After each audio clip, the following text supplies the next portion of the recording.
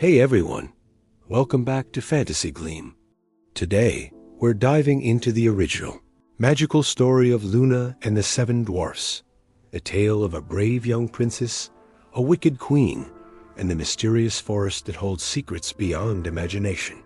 From the moment Luna pricks her finger and is born with snow-white skin, crimson lips, and black hair, her life is full of danger, wonder, and courage. Stay with us, because this story will take you on a journey through dark forests, clever dwarfs, and magical surprises you won't want to miss. Once upon a time, in the middle of a cold, snowy winter, a queen sat by her window sewing. She accidentally pricked her finger with her needle, and drops of bright red blood fell onto the snow on the windowsill. As she looked at the striking contrast of red on white, she whispered to herself, "I wish I had a child with skin as white as snow, lips as red as blood, and hair as black as this ebony wood." Not long after, the queen gave birth to a baby girl who looked exactly as she had wished.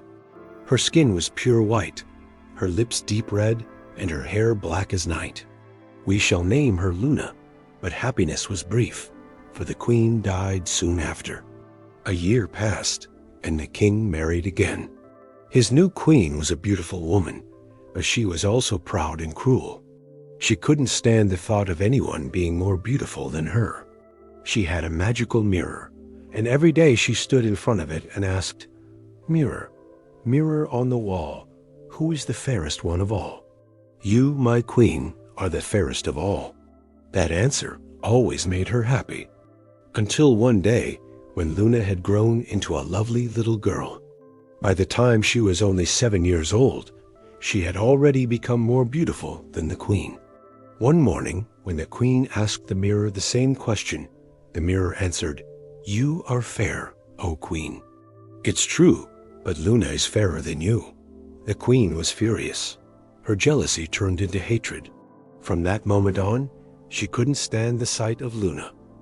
Her anger and envy grew each day until she could no longer bear it. "Take Luna into the forest. Kill her and bring me her heart as proof that she's dead." The huntsman obeyed and led Luna deep into the woods. When he raised his knife to kill her, she began to cry. "Please, dear huntsman, don't hurt me. Let me go, and I promise I'll never come back." The huntsman looked at her innocent face and felt sorry for her. She was too kind and too beautiful to kill. "Run, child. Escape and never return." To trick the queen, he killed a wild boar instead and took its heart back to the castle, pretending it was Luna's. Believing Luna dead, the queen had it cooked and ate it. Meanwhile, Luna was alone and terrified in the dark forest. The trees loomed over her, and every rustle of the leaves made her jump. "What will I do? Oh, where am I? What will I do?" She ran for hours, not knowing where she was going. Finally, as the sun began to set, she came across a strange little house in a clearing.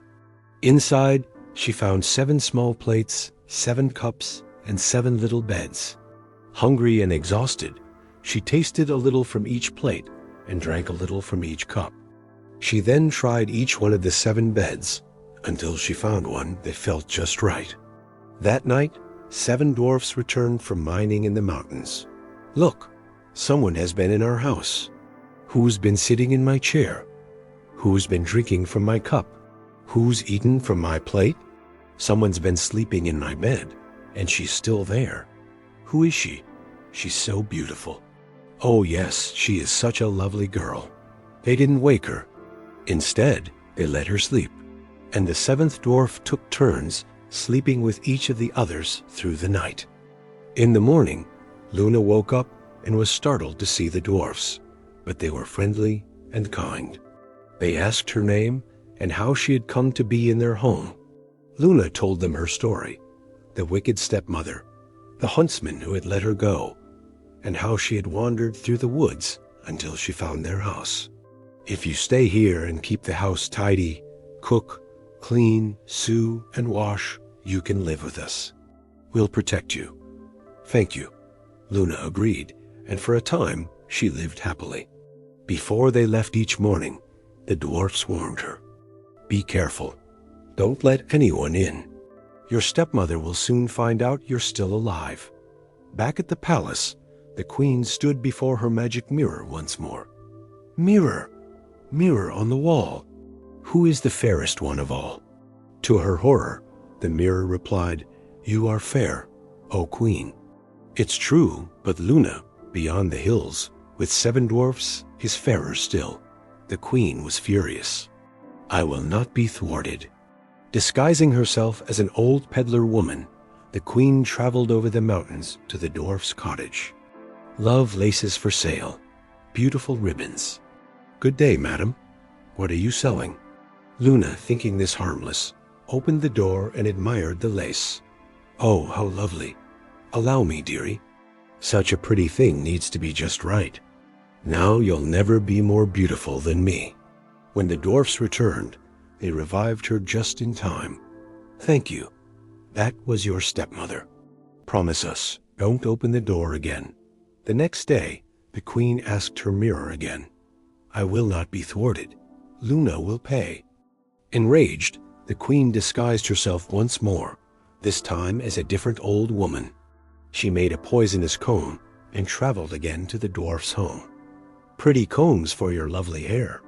I must not let anyone in. No need. Just take a look from your window.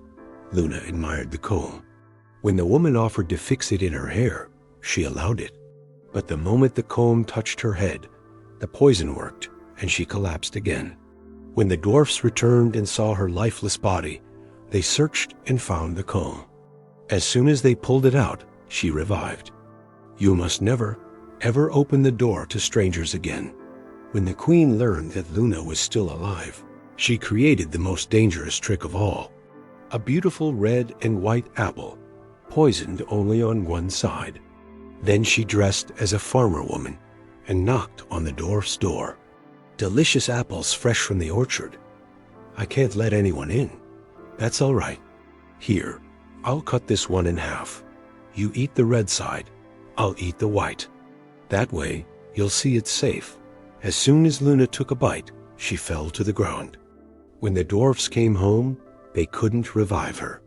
They tried everything, but nothing worked. She didn't breathe. She was gone. For 3 days they wept over her, then built a glass coffin, placed her in it on the mountain, and one of them always stood watch. Mirror, mirror on the wall, who is the fairest one of all? You, my queen, are the fairest of all. One day, a prince rode through the forest and saw the beautiful girl in the glass coffin. He read the golden letters, Luna, daughter of a king. He was so moved by her beauty. Please let me take her with me. I'll honor her memory always. At first, the dwarfs refused, but the prince pleaded with such sincerity that they finally agreed. As his servants carried the coffin away, they stumbled on a root. The jolt caused a piece of poisoned apple to pop out of Luna's throat. Where am I? You're safe now. Come with me to my castle. Will you be my queen? Luna smiled and agreed. A grand wedding was held. Luna and the prince were married in splendor.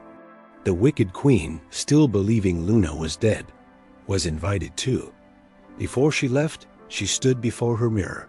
Mirror, mirror on the wall, who is the fairest one of all? You, my queen, are fair, it's true, but the new queen is fairer than you. The queen's heart was filled with dread, but she had to see who this new queen was. At the wedding feast, a punishment had been prepared. The queen was forced to wear red-hot iron shoes and dance in them until she dropped to the floor, never to rise again. And so Luna and the prince ruled their kingdom with kindness and joy. She never forgot the dwarfs who had saved her, and they visited often, always welcomed as honored guests. And they all lived happily ever after. And that's the story of Luna and the 7 dwarfs, a tale of courage, kindness, and the triumph of good over evil. Luna grew to be a wise and loving queen, never forgetting the dwarfs who protected her.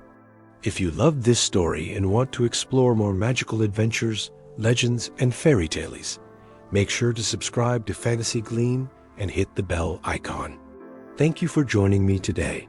And remember, every story holds a lesson waiting for you.